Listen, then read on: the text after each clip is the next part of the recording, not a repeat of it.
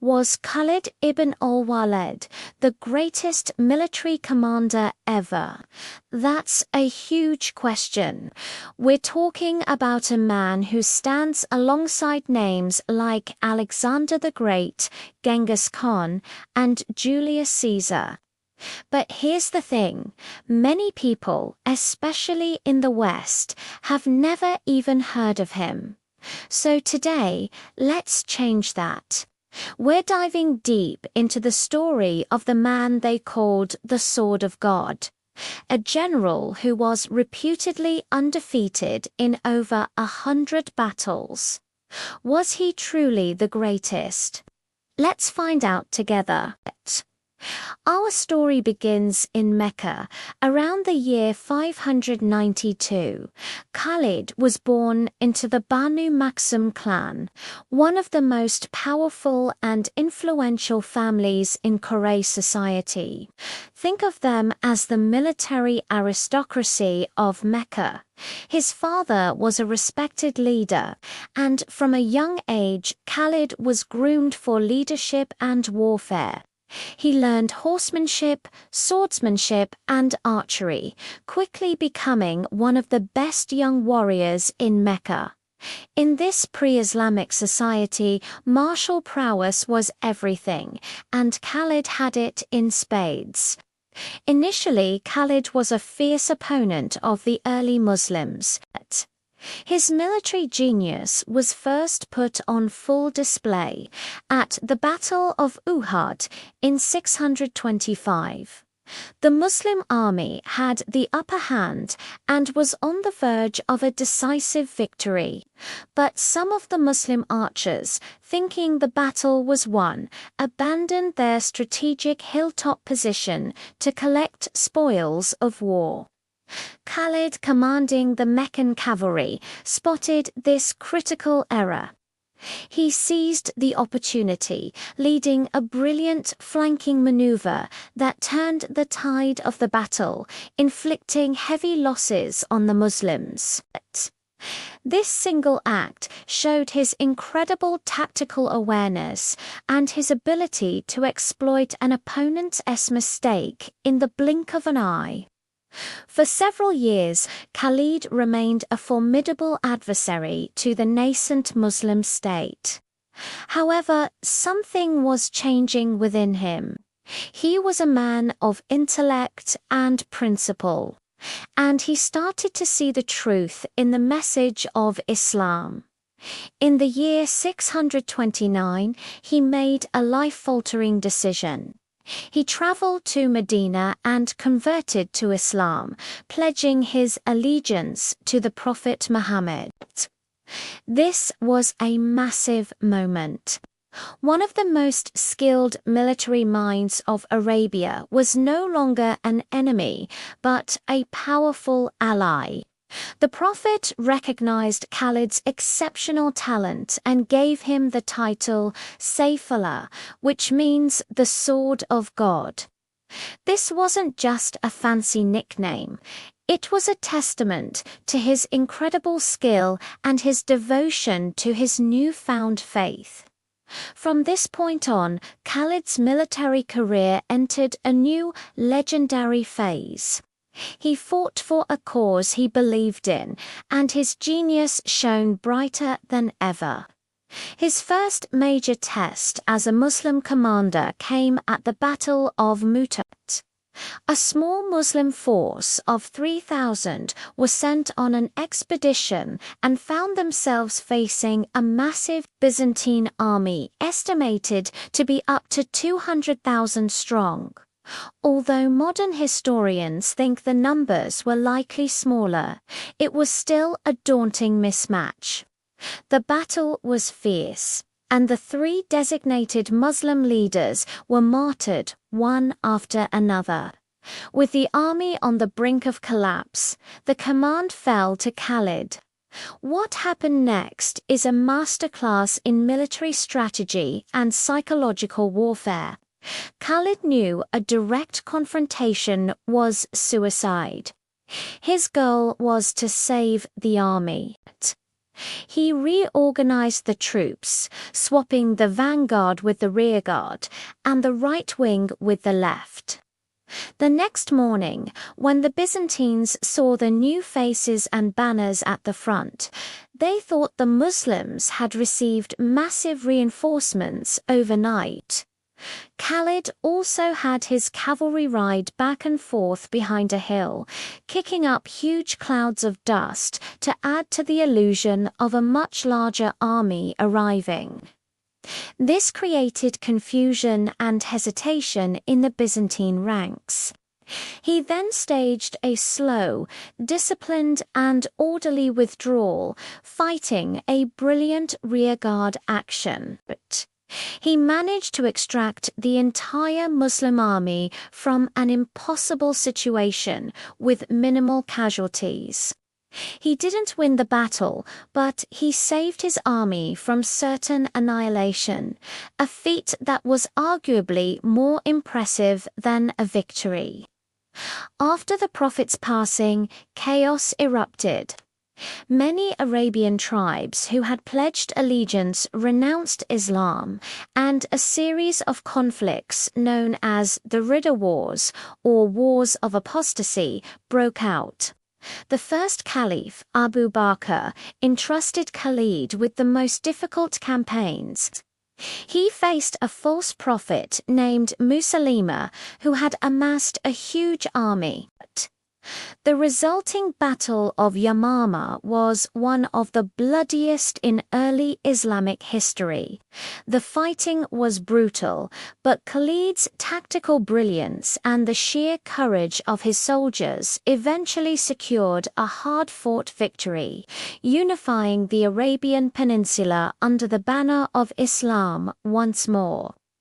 With Arabia united, the Caliphate turned its attention to the two superpowers of the age, the Byzantine Empire in the west and the Sassanid Persian Empire in the east. These were ancient, powerful empires with professional, well-equipped armies. The fledgling Muslim state seemed like an underdog. But they had Khalid Ibn Al-Walid. In 633, Khalid launched his campaign against the Sassanid Empire in what is now modern-day Iraq. In less than a year, he fought and won a series of about 15 battles. His strategy was based on lightning-fast movement, surprise attacks, and exploiting the desert terrain which his mobile, lightly armored Arab troops knew so well. He would appear where he was least expected, strike hard, and vanish before the larger, slower Persian armies could react. Battles like the Battle of Chains and the Battle of Wallaha are textbook examples of his tactical genius, where he used classic maneuvers like the double envelopment, similar to what Hannibal used at Cannae to crush larger enemy forces. Then, in 634, he received an urgent message. The Muslim armies fighting the Byzantines in Syria were in trouble, facing overwhelming numbers. The Caliph Abu Bakr ordered Khalid to go to their aid. The problem, the direct route was a long, arduous journey. The shorter route was a 5-day march straight across the waterless Syrian desert, a feat considered impossible. But for Khalid, impossible was just a challenge. He took a small elite force and guided them on this perilous journey. To survive, he had his camels drink vast amounts of water and then slaughtered, a few each day to provide water for his men and horses from the camels' stomachs. It was an incredibly risky gamble, but it paid off. Khalid and his men emerged from the desert seemingly out of nowhere, right behind the Byzantine lines. His sudden arrival stunned the enemy and bolstered the morale of the Muslim forces. The various Muslim armies in Syria were then united under his supreme command. This set the stage for one of the most decisive battles in world history, the Battle of Yarmouk. The Battle of Yarmouk, fought in 636, was Khalid's magnum opus. He faced a massive Byzantine army, again outnumbering his forces significantly. The battle lasted for 6 days in the scorching heat. Khalid masterfully used his mobile cavalry to counter Byzantine charges, plug gaps in his lines, and launch devastating counterattacks. He used the terrain to his advantage, anchoring his flanks against ravines. On the final day, he launched an all-out assault. His elite mobile guard cavalry smashing into the Byzantine left flank, causing a domino effect that routed their entire army. The victory was total and absolute. It shattered Byzantine power in Syria and paved the way for the Muslim conquest of the entire region. Yarmouk is considered one of history's most pivotal battles, and it was Khalid's strategic genius that won the day. Now, here's a twist in the story. Despite his unparalleled success, Khalid was dismissed from supreme command by the new Caliph Umar.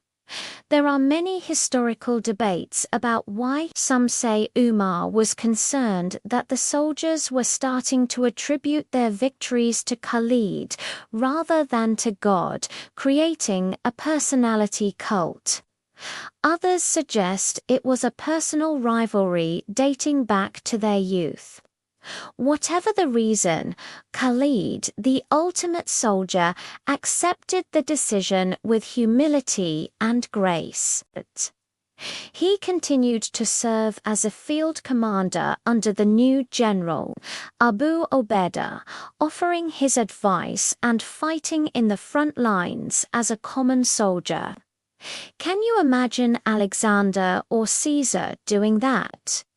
This humility and devotion to the cause, even after being demoted, is a powerful part of his legacy. Khalid Ibn Al-Walid passed away in 642, not on the battlefield as he had always wished, but in his bed. It's said that on his deathbed he lamented that there was a spot on his body that was marked by a scar from a sword, spear, or arrow, yet he was dying like an old camel. He had yearned for martyrdom in battle. So, let's go back to our original question. Was Khalid ibn al-Walid the greatest commander ever? He was undefeated. He won battles where he was vastly outnumbered. He conquered 2 of the world's great empires. He was a master of strategy, tactics, and psychological warfare. His use of light cavalry was revolutionary.